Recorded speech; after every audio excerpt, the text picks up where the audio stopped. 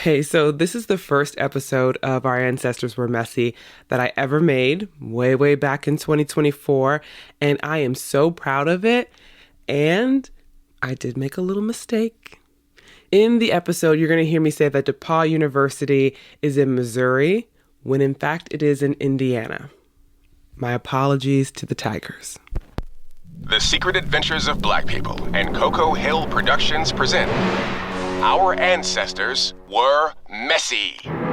Percy Julian danced, drank wine, and ... with Professor's daughter. Today, a scandal is percolating in Howard University's chemistry lab between a couple whose brilliance made history. Go down in Black history. And whose messiness made headlines. Drama. This episode stars Nygel Turner. Nah, dog is wildin'. He said, "Give my tenderest regards to your wife." And your host, Nichole Hill. What are you thinking at this point? That's kind of wild. This is Our Ancestors Were Messy, a podcast about our ancestors and all their drama. Ooh, like, this is juicy. Everybody get ready. All right. So to start, can you please introduce yourself? My name is Nygel Turner. I'm a podcaster, host of Adultish by Wire Media and Radiotopia, and been on several other things and stuff like that. Just look up Nygel Turner somewhere and check me out. Google me. Where are you from? I am from Richmond, California. And what kind of a Black would you say you are? What kind of a Black? What kind of a Black is wild? It's funny. I mean, there's like an Earl Sweatshirt like song from a while back where he's like, too Black for the white kids and too white for the Black. Like, that's definitely how I always felt like growing up. So, and I'd say, I guess I still like kind of fall in that category, but like as I've grown up, I feel like I've really found my Black community. So I'm a Black. All right. I like that. A Black. Okay. Do you feel responsible for the racial uplift of Black people? Do I feel responsible? I don't think about it like that regularly, but I do feel that way whenever I'm in a room where I am one of the only Black people there. I just feel like that weight kind of just hit. And I'm going to get questions like, hey, do Black people, or when Black people say, and it's like, okay, now I'm speaking as the national delegation of all Black people, You better and get it right. Right. That's what I'm like, but yeah, all in all, yes, I do feel responsible. Do you think that this is something that we should let go of? Do you hope that there's a day where we don't feel responsible for racial uplift of all of us? I do really like the idea of being free in every aspect of the word free. I don't know, this is gonna sound weird, but it's just sometimes like you see like those like white kids and stuff who are like, I'm just gonna take a summer off of school, or I'm not gonna I'm actually not gonna go to like college, and I'm gonna just like experience this, and I'm just gonna try this out, and I'll see if this works. And and you can just tell there's not a lot of weight on all of these different things. But whenever like I talk to other Black people, we always put a ton of weight on things. It's like, okay, I got this working, I'm doing this, I'm working 3 different jobs, one of these things got to hit. And when that does, like, then we all finna be on. Like, then I'm gonna pull everybody up. I'm gonna do it. Like, it's just this like, I gotta save everybody type of feeling that you have. And that's kind of regardless of where you're even from too. Like, you could grow up in a like suburban neighborhood, be super privileged and stuff, but as a Black person, you're still gonna feel like, the next Black person that walks in here, I gotta get them to where they need to be, or I gotta, so like, and I do think that is a really good thing. It's a really valuable thing. It's a necessary thing. But if we could be in a place where we didn't have to do that, obviously I would want to see Black people just be free. Yeah. So I'm going to be telling you a story. And it's a true story. Okay. So we're going to start in Washington, D.C. We're in 1932. International headlines. World War I ended. Then everybody went into the roaring 20s. They partied, they drank, they had so much fun. But then the Great Depression. 1 in every 4 workers is unemployed. Everyone's so sad. FDR is going to be facing off in the November elections against Herbert Hoover. He says he's got a new deal. He says it will fix all the problems. We don't know yet. We're hopeful. When it comes to pop culture and entertainment headlines, the biggest criminal, Al Capone. The biggest true crime, the kidnapping of the Lindbergh baby. Most popular book, Brave New World. And the biggest Black stars, Josephine Baker, Duke Ellington, Louis Armstrong. Nice. Everybody's talking about them. But the day we're going to specifically is July 30th, 1932. Okay, so you get home. You open your copy of the Washington Afro-American, one of the most popular Black newspapers of the day, and you read the following. Can you please read that first page? Oh my gosh, I feel like I'm in school. Like, it's popcorn reading. Julian tells of hot date with German sweetie. Danced, drank wine, and ... with professor's daughter. Percy Julian, head of the Department of Chemistry at Howard University. What is that? Oh, Just supped. Supped? What is supped? Like suppered? Oh, okay. Supped and dined with pretty Viennese girls in his apartment in Austria, according to this week's letter to Robert Thompson, his assistant at the time, who is now suing him. Man, this is wild. Like, back in the day, like, stuff was just so sneaky. Like, you know, now this would be like a picture, like a video or something like that. But this is like word of mouth. It is, and it's in the paper. And today, we're covering the love story of one of America's first Black power couples, Percy and Anna Julian. So to start, I want to introduce you to Percy Julian, one half of this eventual power couple. And I have to ask you, how do you feel about chemistry? As like in regards to relationships? Oh, no, sorry. Yeah, that's a fair question. The science, the class chemistry, the science of chemistry. I liked chemistry when I took it. It was pretty dope. Okay, that's good because Percy Julian loves it. So you two have this in common already. Already you're vibing with the ancestors. They're here with us. I cannot talk about anything chemistry related, but I'm going to be asking you serious chemical questions as we go, and I hope you are prepared to answer them. For sure. Okay. So Percy Julian was born in Montgomery, Alabama in April of 1899. He is one of 6 kids and his family is just scraping by. He's got 2 parents, Elizabeth and James. They used to be teachers, so they started a library at their home and they want their kids reading all the time. They believe that education will be their kids' ticket to a good life. Percy's grandparents, so that's Elizabeth and James's parents, were enslaved. Then you have Elizabeth and James, their first generation free. Percy's second generation free. You and I are 5th. 5th generation? It's really weird. I was like, it's not that long ago. My grandparents are 3rd generation free? That's crazy. Yeah. And I knew my great grandparents on both sides of my family, and they're 2nd generation. Wild. So it's still kind of a new thing. Everybody's trying to figure out, like, what will freedom for Black people look like? And I think a lot of Black people at this time are thinking if they act like white people, they will be left alone, which I was going to say works. I don't know if it works. Who knows?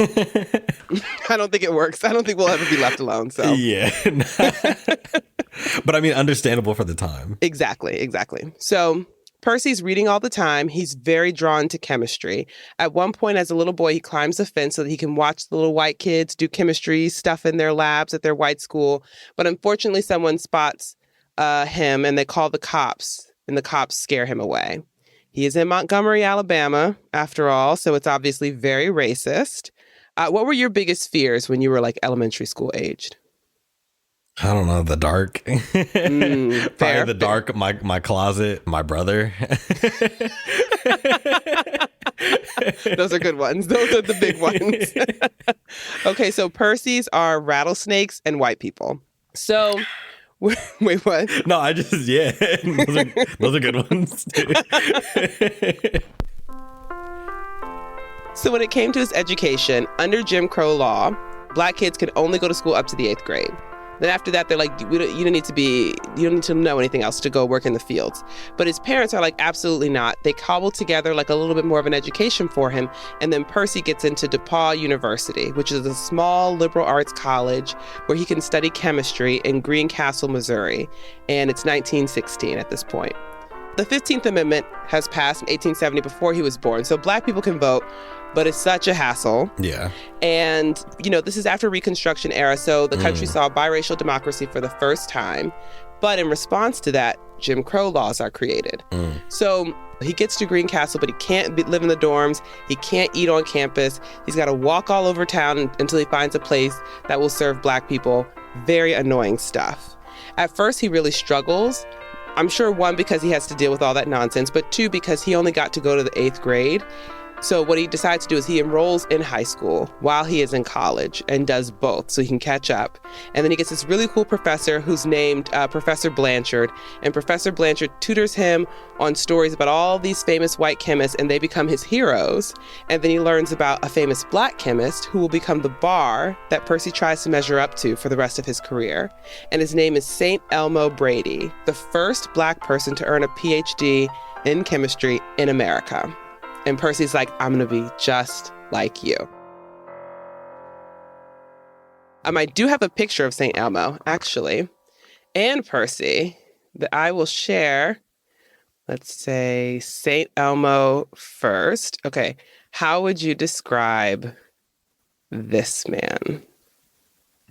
Oh, handsome, slick, got the hair slicked back, nice suit. Yeah, it's a good looking dude. How would you describe Percy?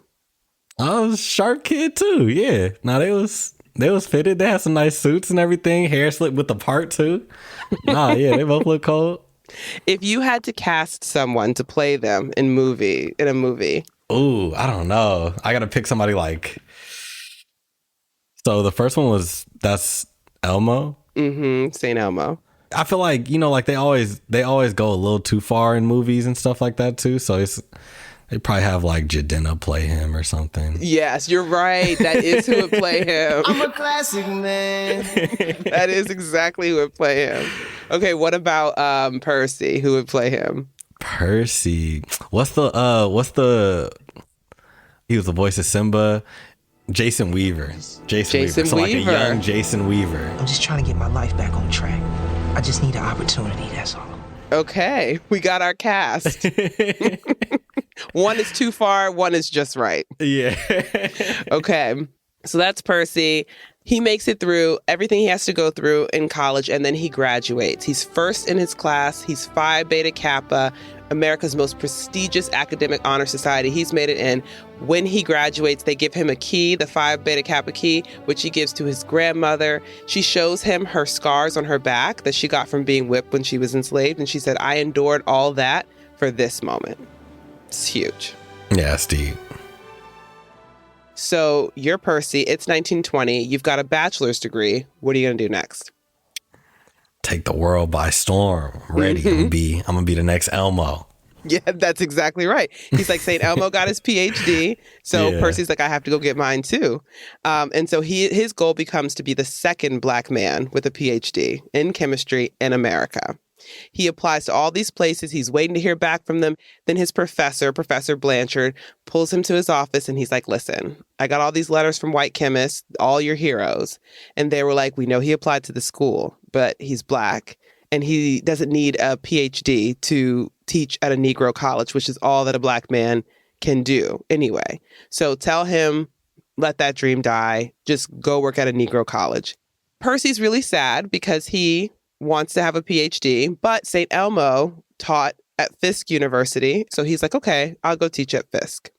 He's teaching there, but then in 1922, he gets a scholarship to go to Harvard University and work towards his master's degree in chemistry. So he goes, it's the same deal though. Even though Harvard has been letting Black people in for 70 years, they still have these codes. He can't live on campus. He can't eat with everybody. He deals with all these indignities. He does what he has to do. He graduates with his master's degree. His PhD is right there. So he starts looking into teaching assistant roles at Harvard, but they're like, we're never going to let you teach white people anything. So if you don't have a TA role, he can't get his PhD. So this is the end of the road for Percy. He realizes like, no one's going to let me do that. I don't know how St. Elmo did it, but Percy's like, oh no. So around then, St. Elmo decides to chair the chemistry department at Fisk, and he leaves his job as a chemistry professor at Howard. And so Percy, as he does, follows in the steps of his hero.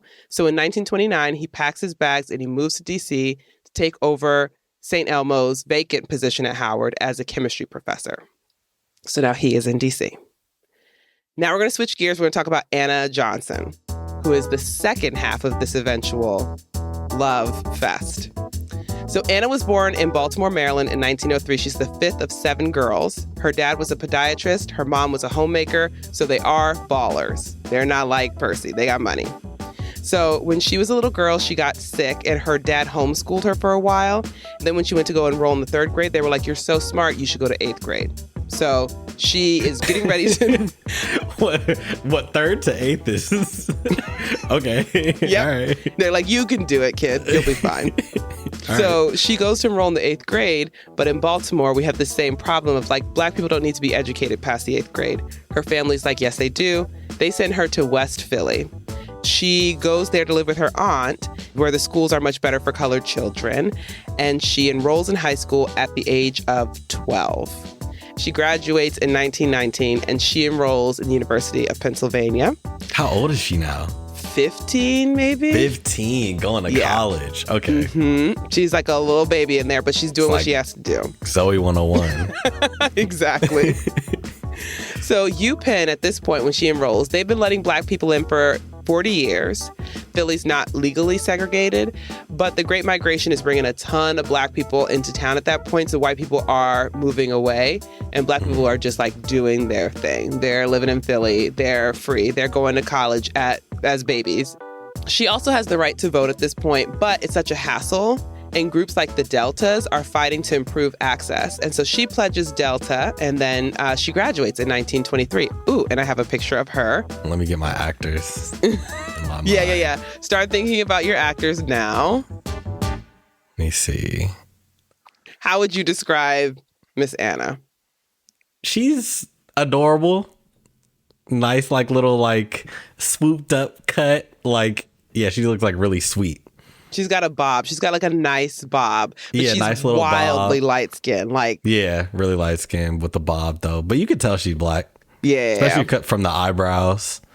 Yeah. You could always tell a Black person from their eyebrows. I always say that. It's just hard to pick. I'm like, who is this like? Yeah, Maybe I don't know. Paula Patton? You know who they would have play her? Who? Journey. Oh, they would. And I think I ain't got nothing against Journey. I think she would body that. Yeah. Get your ass up. We gotta get the out of here now. All right, so she's 20 when she graduates and gets her degree. And then she gets married to a man named Robert Thompson. He has a government clerkship, so that means he's training to be a physician. I don't really know anything about their ceremony, but what I do know is that Anna gets this idea for herself. She sets her mind to this thing. Wait, so she got married at 15? No, she got married at 20. Oh, 20. Okay. Yeah. Sorry. When she graduated, she would have been like she graduated at 20. Okay. So she's married. She's 20. She's with a man who's training to be a doctor. And she decides that what she wants to do is become the first Black woman in America to earn a PhD in sociology. This is her goal. So she goes back to UPenn to start working towards her master's degree. And then Robert Thompson gets a job offer as a lab assistant to the new head of the chemistry department at Howard University, which he accepts. So he quits his clerkship in Philly. He and Anna pack their bags. They head to DC so that he can start working for his new boss, Mr., not doctor yet, but Mr. Percy Julian. So it's 1929. For the first time, all of our principals are in DC. They are in Chocolate City. Anna starts training Black teachers at Miners Teachers College. She has her own car, and she somehow, I always have these questions about history that nobody has dug into, but somehow she's commuting to Philly. It's 150 miles to continue working towards her master's degree. And I don't know how regularly she's doing that, but I just read that she's going back to Philly in her car. So good for her. In her car. Okay. Mm-hmm. Meanwhile, Robert Thompson, her husband, is at the Howard University chemistry lab. The pace would have been really demanding. There would have been no allowances made for error because his boss, Percy Julian, runs a very tight ship. He's had to endure racism and humiliation and having his dream deferred time and time again. But things are about to change. Because in 1929, this is the same year everybody got there, Percy won a scholarship to study at the University of Vienna in Austria, where he can get his PhD. Percy's like, I don't care what it takes to get this PhD. I'm going to get it. So Howard, I have to go.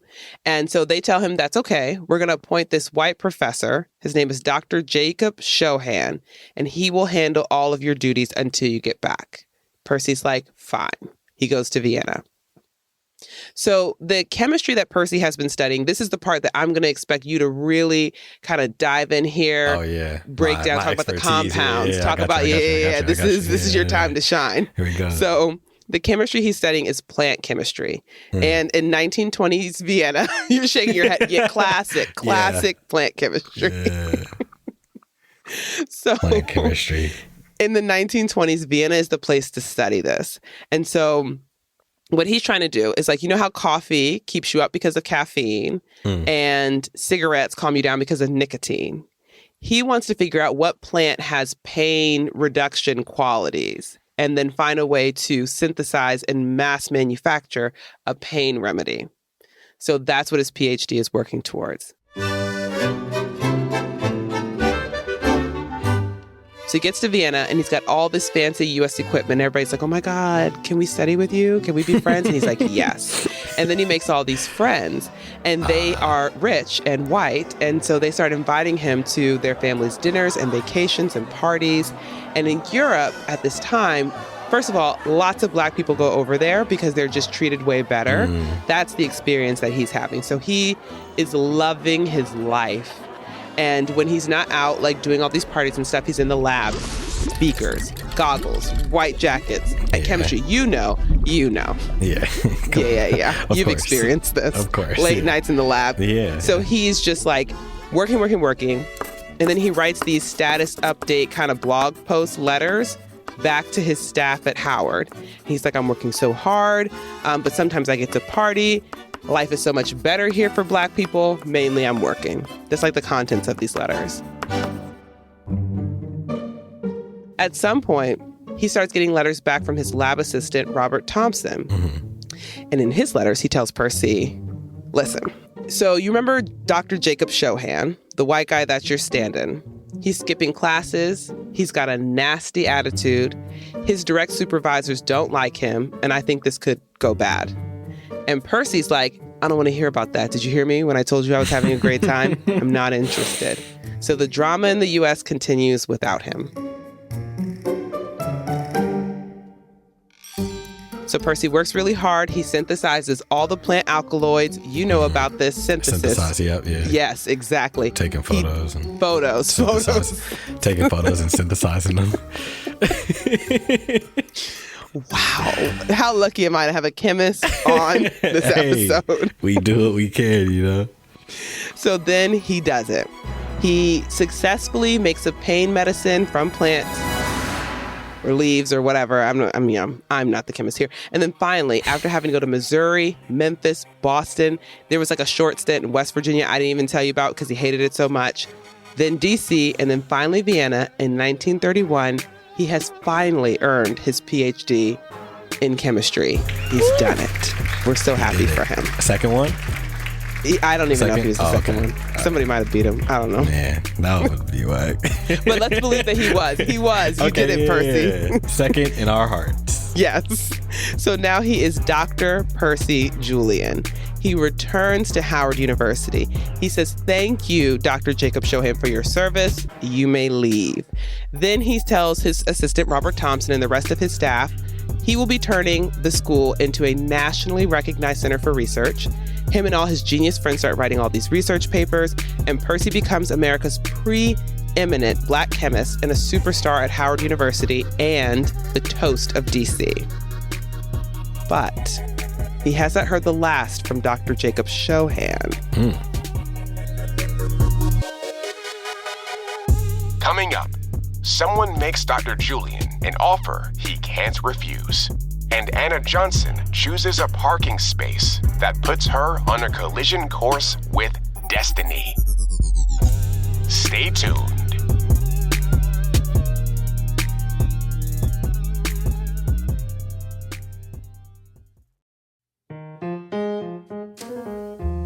Okay, so like I said at the top of the episode, this was my pilot.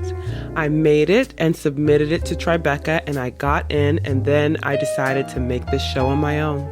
There is no podcast studio or secret baller or anything like that backing me. It's just me and my savings and my friends for whom I am eternally grateful.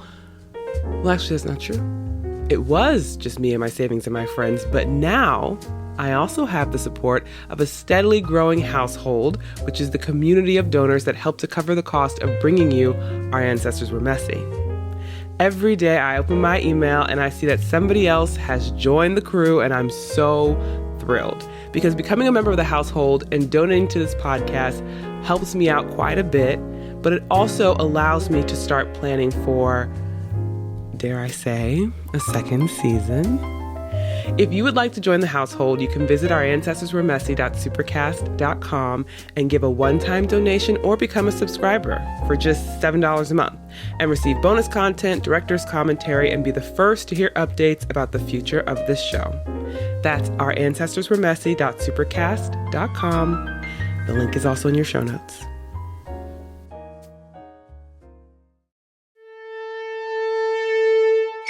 We now return to Our Ancestors Were Messy.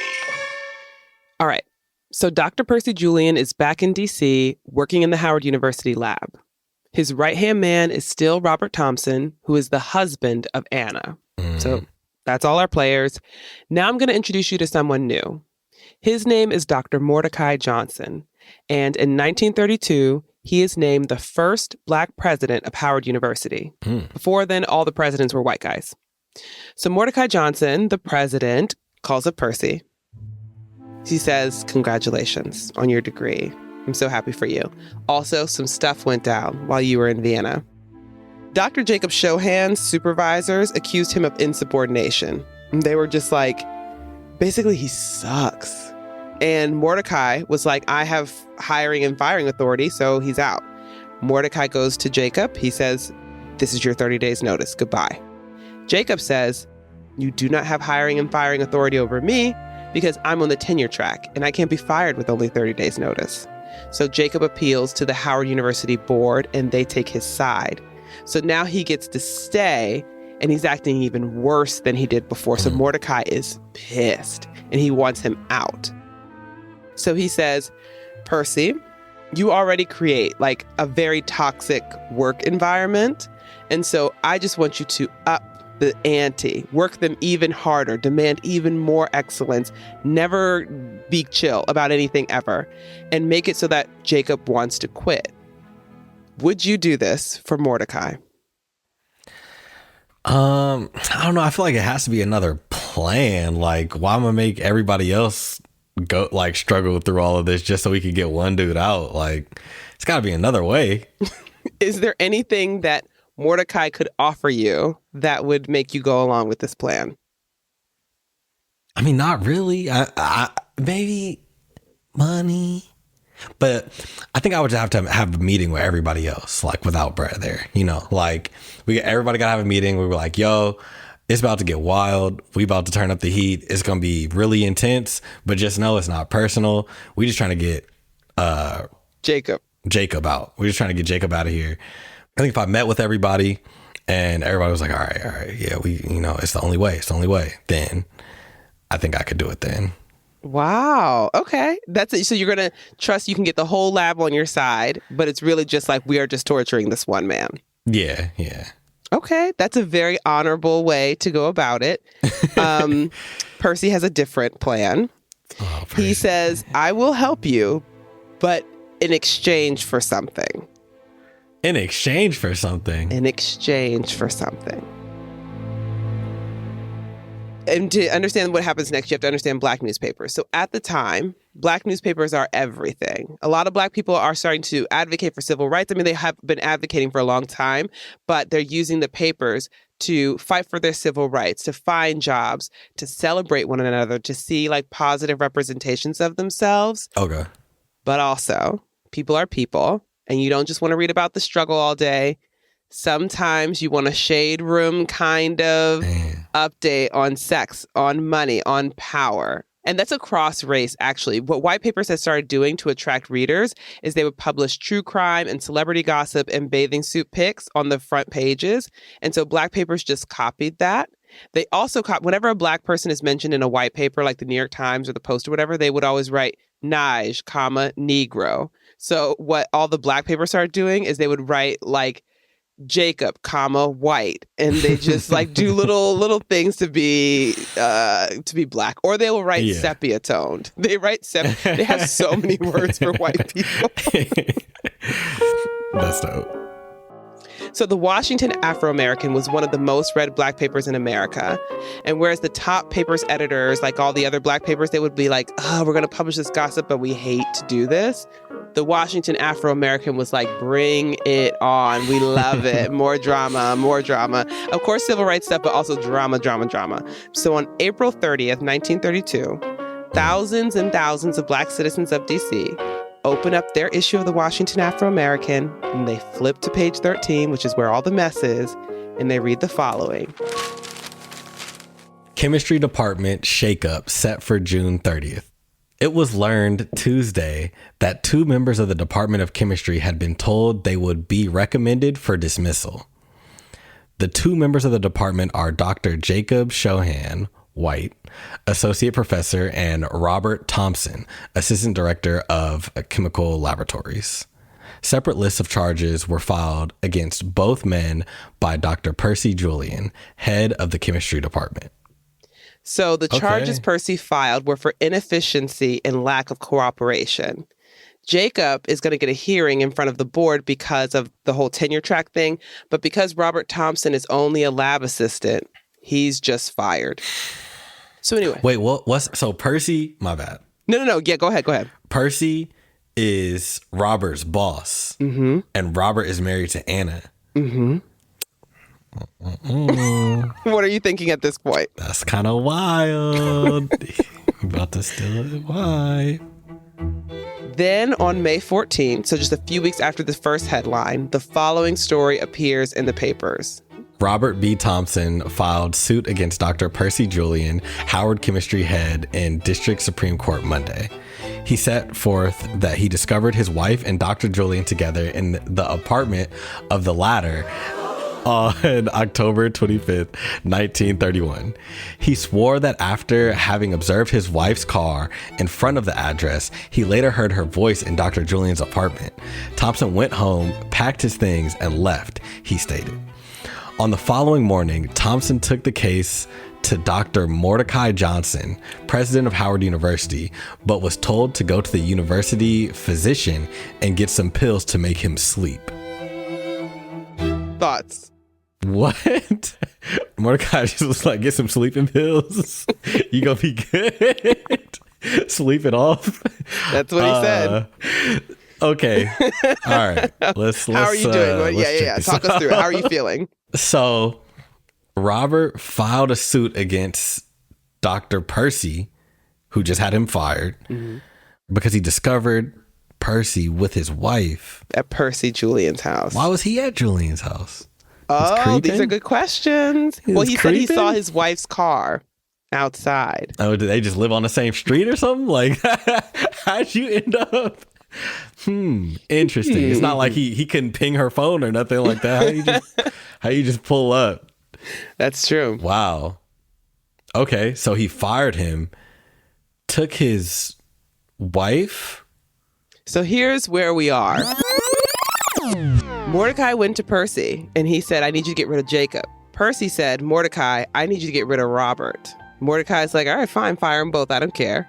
So he does. So Robert is like, what? And then he releases this bombshell. Wow. So hey, Percy is kind of wild. I thought Percy was the protagonist in this whole story. Well, aren't we all the protagonist and the antagonist? I guess so.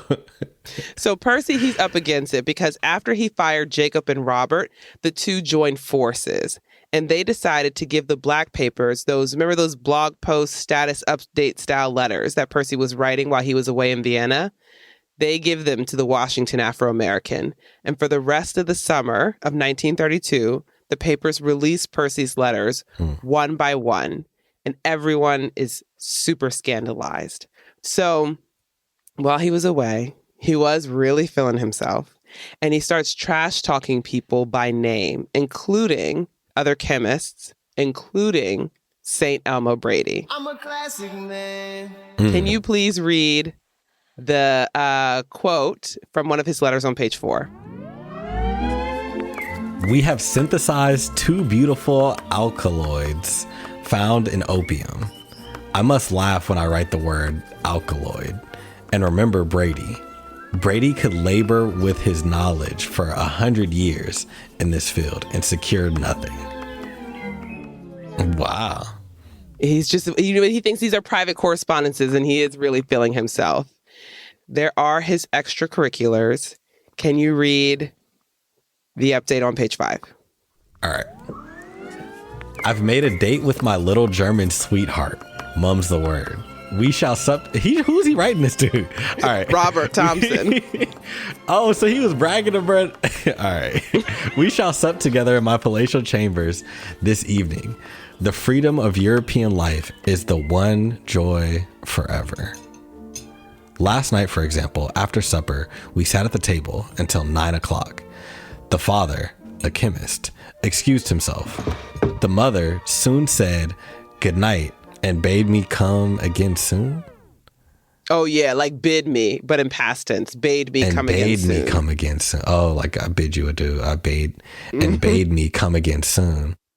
Then the daughter put the latest records from the American dance songs on the Victrola, and we danced, drank wine, and ... until long past my bed hour. All right. And then this is the last one. At the end of one of his letters to Robert Thompson, this is what he writes. This really hurts him. Nah, dog was wilding. Percy was, he was tweaking. He said, give my tenderest regards to your wife, Anna. I shall drop her a letter soon. Wow. How are you feeling? Percy is cold. That's a cold dude. I low-key don't even rock with it though. Like it's not even cool. Like he's not even doing it in a cool way. What do you mean? I don't know. Percy was just wilding. He was just out in the open like, yo, tell your wife I said what's up. Like, what was he on? Yeah. We don't know. We'll never know. I said he was looking for a relaxing plant. He was looking for, maybe this wouldn't have happened if he had found a different kind of plant. Right. He should have chilled out.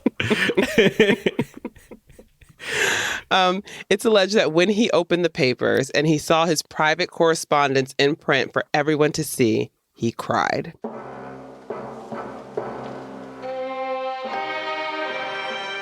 We pause our broadcast with the once triumphant Dr. Julian in tears, clutching his newspaper. But his story doesn't end there. You came for the mess, now stay for the rest. When Our Ancestors Were Messy continues.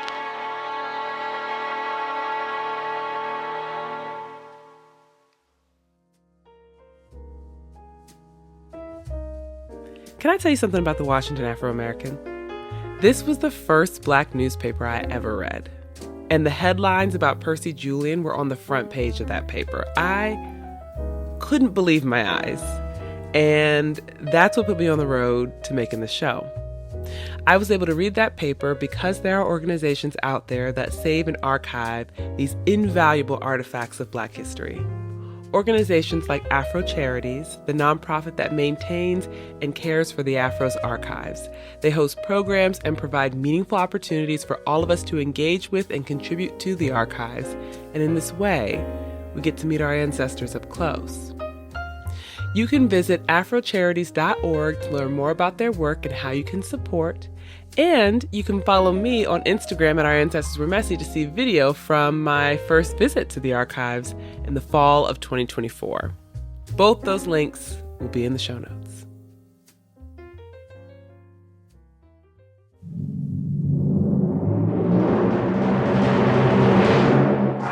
And now, for the thrilling conclusion of this week's installment of Our Ancestors Were Messy.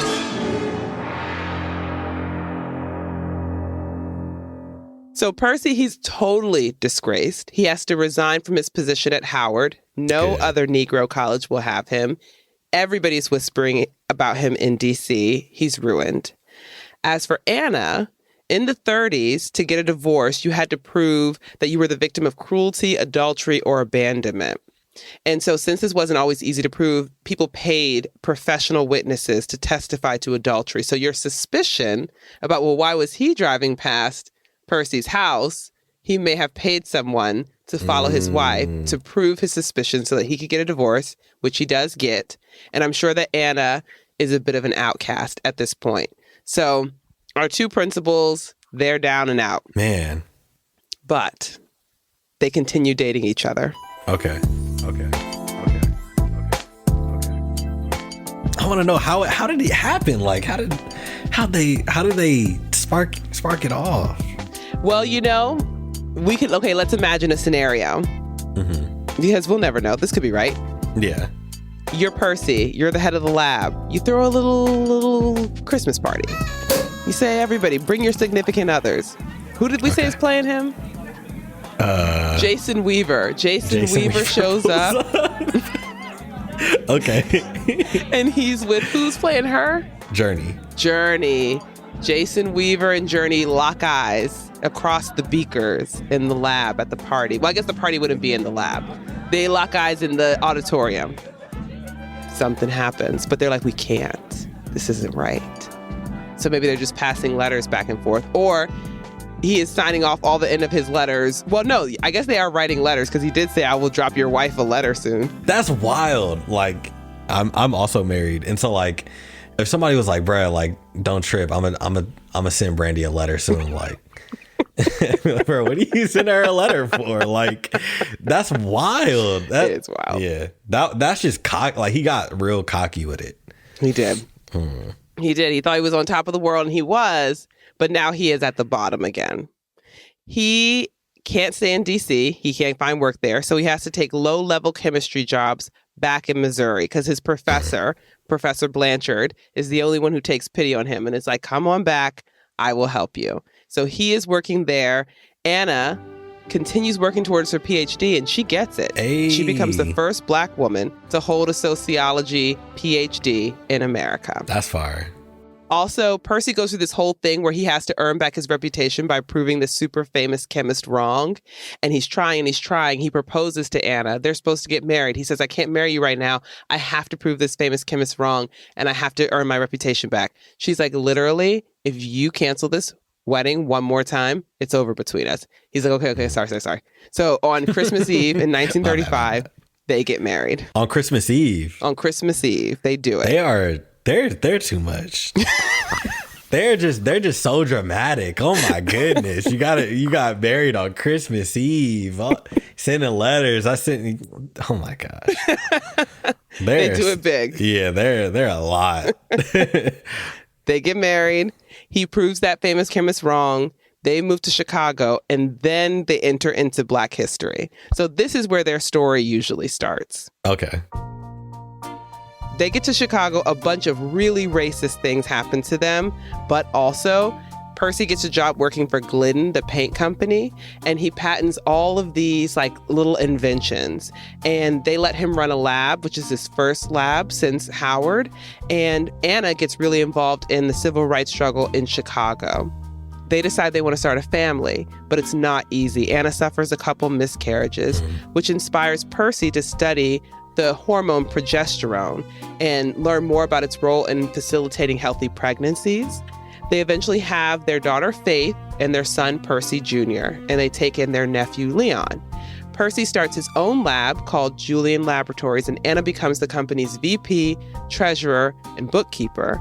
And then Percy figures out this way to synthesize progesterone, which allows him to create it in bulk and for cheap, which creates the foundation for the birth control pill. Oh, wow. And by the 60s, Dr. and Dr. Julians are millionaires.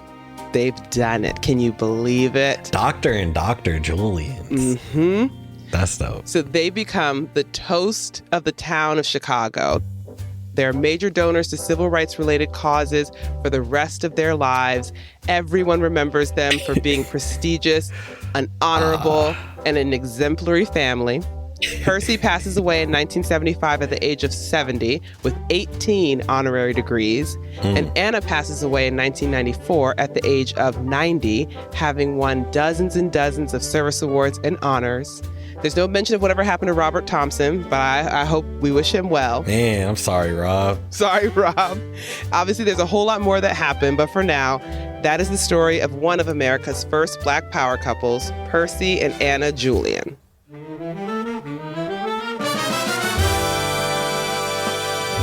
How are you feeling? I don't know. I want to clap, but also they were moving kind of nasty for a minute. Love is messy though. I'm a firm believer in love being very messy. So like, I understand. But also I don't know, because Percy was kind of wild in Europe, though, so he was good. I don't know what he was doing in Europe. But. It's so funny because I was talking about the story with somebody else and they were like, well, all the oppression he endured, he was finally somewhere where he could be free. So we have to think about, when the trauma can be free. You're like, he was wild. No, he didn't have to act that way. Because you could just hear it in the way that he's talking. Like he was having a good time, but he was like, yo, I'm locked in though. Like, and then he was discovering all this stuff like faster than other people, and he was like, "Oh, you didn't even see that how this connects to this." And yeah, he was like, "Yeah, I'm the smartest dude ever." I don't know. Hopefully, he was different, and he wasn't like cheating and stuff like that too. The hard thing I didn't include this part in the story, but at the end of his life, or when he's nearing the end of his life, his son, who's grown up the son of a millionaire, he was like, Dad, you think education's going to save us. You're on this respectability stuff. That does nothing. That will get us nowhere. You haven't done anything. Your generation hasn't made any progress. We're going to go to the lunch counters. I'm going to march like how Dr. King called us out to, like, we're the generation that's really doing things. And he talks about at the end of his life, he's like, maybe my son is right. Maybe I didn't do anything. We thought that doing it this way would make progress, but my kid still has to go sit at these lunch counters, so maybe it didn't make progress. And it did make me think a lot about like how we kind of look at what the past generation has accomplished, and we're like, that was nothing. You guys, like your respectability politics, that's nothing. We figured it out. And that made me a little bit sad. No, I literally just got into an argument with somebody about this the other day in my like friends group chat, like where everybody was basically like, oh yeah, like the sit-ins and marches and stuff like that, it did nothing because nothing has changed. It's just like repackaged and yada yada yada or whatever. And I'm like, you can't say that. I mean, like, what is progress, right? Like you're thinking about all these things while you sit in your house, while you eat wherever you want, while you, work wherever you want, while you like all of these things that you just take for granted. Yes, still needs to be a ton of more change, but like, why are you turning around and discrediting all these people who fought for you to have the things that you have? And like, there is legitimate change that was done. Absolutely. And that's not even like opinion. That's just fact. But I don't know why people think like that. It's hard to remember generation. Yeah. I do wish we had a better way to remember. Yeah. Okay, how does it make you think about their whole story and the Black history part of their story, knowing the messy beginnings? I guess at my core, I'm like, ooh, like this is juicy. Like I like it because it's a cool story. It makes it more interesting. It makes them human. Which also is, I think, my main takeaway from it is just that even all these people that we look back on, they were just human like us, experiencing like all the same things, being messy. They didn't have everything all together. Like Percy messed it all up and he was disgraced and yada, yada, yada. And it felt like that could have been the end of the story, especially for Anna, like especially for her in those times, being a woman, a Black woman in those times. And you do something like that, you know, like the whole world was against her. So, but for everything to turn around and your story to be so much different in the long run, it's like cool to look forward to. Yeah. Oh, do you think are you looking for your story to turn around? Not to turn around. It's just cool. Like if I did mess everything up, you know, I could maybe get it back. And better than ever. Y'all could be millionaires. Yeah, it could be chilling. You know? This episode was written and researched and produced by me, Nichole Hill. Thank you to my first ever guest, the brilliant and hilarious Nygel Turner. Thank you to my first ever sound designer, John Delore. I can't wait to work with you again. Thank you to A.A. Hernandez for hearing this episode. Thank you to A.A. Hernandez for hearing this episode and agreeing to be my executive producer. Thank you to my story producer, Martina Abraham Zilunga, my research producer and voice talent, Chioke Ayensen, my script editor, Shante Hill, and the designer of my show art, Aselika Smith. You all let me commandeer countless dinners and calls and hangouts for years to talk about this show and this episode specifically. To learn more about the show, you can visit ourancestorsweremessy.com. And before I go, I just have to say, I'm a storyteller by training, becoming more of a historian and an archivist every day. And I started the show in part because when I found these old Black newspapers, I was reminded of this quote by the poet-philosopher Samuel Taylor Coleridge. If men could learn from history, what lessons it might teach us.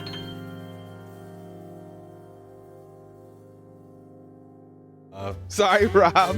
Obviously, there's a whole lot more that happened, but for now, that is the story of one of America's first Black power couples, Percy and Anna Julian.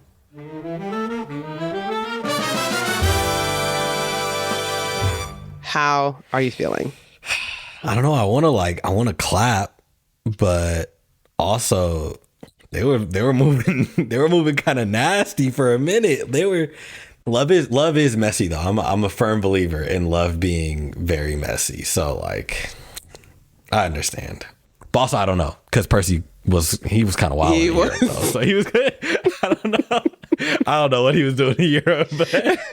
It's so funny because I was talking about the story with somebody else and they were like, well, all the oppression he endured, he was finally somewhere where he could be free. So we have to think about, when the trauma can be free. You're like, he was wild. No, he didn't have to act that way. Because you can just hear the way that he's talking. Like he was having a good time, but he was like, yo, I'm locked in though. Like, and then he was discovering all this stuff like faster than other people. And he was like, oh, you didn't even see that, how this connects to this. And yeah, he was like, yo, I'm the smartest dude ever. I don't know. Hopefully he was different and he wasn't like cheating and stuff like that too. The hard thing I didn't include this part in the story, but at the end of his life, or when he's nearing the end of his life, his son, who's grown up the son of a millionaire, he was like, Dad, you think education's going to save us. You're on this respectability stuff. That does nothing. That will get us nowhere. You haven't done anything. Your generation hasn't made any progress. We're going to go to the lunch counters. I'm going to march like how Dr. King called us out to, like, we're the generation that's really doing things. And he talks about at the end of his life, he's like, maybe my son is right. Maybe I didn't do anything. We thought that doing it this way would make progress, but my kid still has to go sit at these lunch counters, so maybe it didn't make progress. And it did make me think a lot about like how we kind of look at what the past generation has accomplished, and we're like, that was nothing. You guys, like your respectability politics, that's nothing. We figured it out. And that made me a little bit sad. No, I literally just got into an argument with somebody about this the other day in my like friends group chat, like where everybody was basically like, oh yeah, like the sit-ins and marches and stuff like that, it did nothing because nothing has changed. It's just like repackaged and yada yada yada or whatever. And I'm like, you can't say that. I mean, like, what is progress, right? Like, you're thinking about all these things while you sit in your house, while you eat wherever you want, while you, you know, work wherever you want, while you, like, all of these things that you just take for granted. Yes, still needs to be a ton of more change, but like, why are you turning around and discrediting all these people who fought for you to have the things that you have? And like, there is legitimate change that was done. Absolutely. And that's not even like opinion, that's just fact. But I don't know why people think like that. It's hard to remember generation. Yeah. I do wish we had a better way to remember. Yeah. Okay, how does it make you think about their whole story and the Black history part of their story, knowing the messy beginnings? I guess at my core, I'm like, ooh, like this is juicy. Like I like it because it's a cool story. It makes it more interesting. It makes them human. Which also is, I think, my main takeaway from it is just that even all these people that we look back on, they were just human like us, experiencing like all the same things, being messy. They didn't have everything all together. Like Percy messed it all up and he was disgraced and yada, yada, yada. And it felt like that could have been the end of the story, especially for Anna, like especially for her. In those times, being a woman, a Black woman in those times, and you do something like that, you know, like the whole world was against her. So, but for everything to turn around and your story to be so much different in the long run, it's like cool to look forward to. Yeah. Oh, do you think are you looking for your story to turn around? Not to turn around. It's just cool. Like if I did mess everything up, you know, I could maybe get it back. And better than ever. Y'all could be millionaires. Yeah, it could be chilling, you know? This episode was written and researched and produced by me, Nichole Hill. Thank you to my first ever guest, the brilliant and hilarious Nygel Turner. Thank you to my first ever sound designer, John Delore. I can't wait to work with you again. Thank you to A.A. Hernandez for hearing this episode. Thank you to A.A. Hernandez for hearing this episode and agreeing to be my executive producer. Thank you to my story producer, Martina Abraham Zilunga, my research producer and voice talent, Chioke Ayensen, my script editor, Shante Hill, and the designer of my show art, Aselika Smith. You all let me commandeer countless dinners and calls and hangouts for years to talk about this show and this episode specifically. To learn more about the show, you can visit ourancestorsweremessy.com. And before I go, I just have to say, I'm a storyteller by training, becoming more of a historian and an archivist every day. And I started this show in part because when I found these old Black newspapers, I was reminded of this quote by the poet-philosopher Samuel Taylor Coleridge. If men could learn from history, what lessons it might teach us.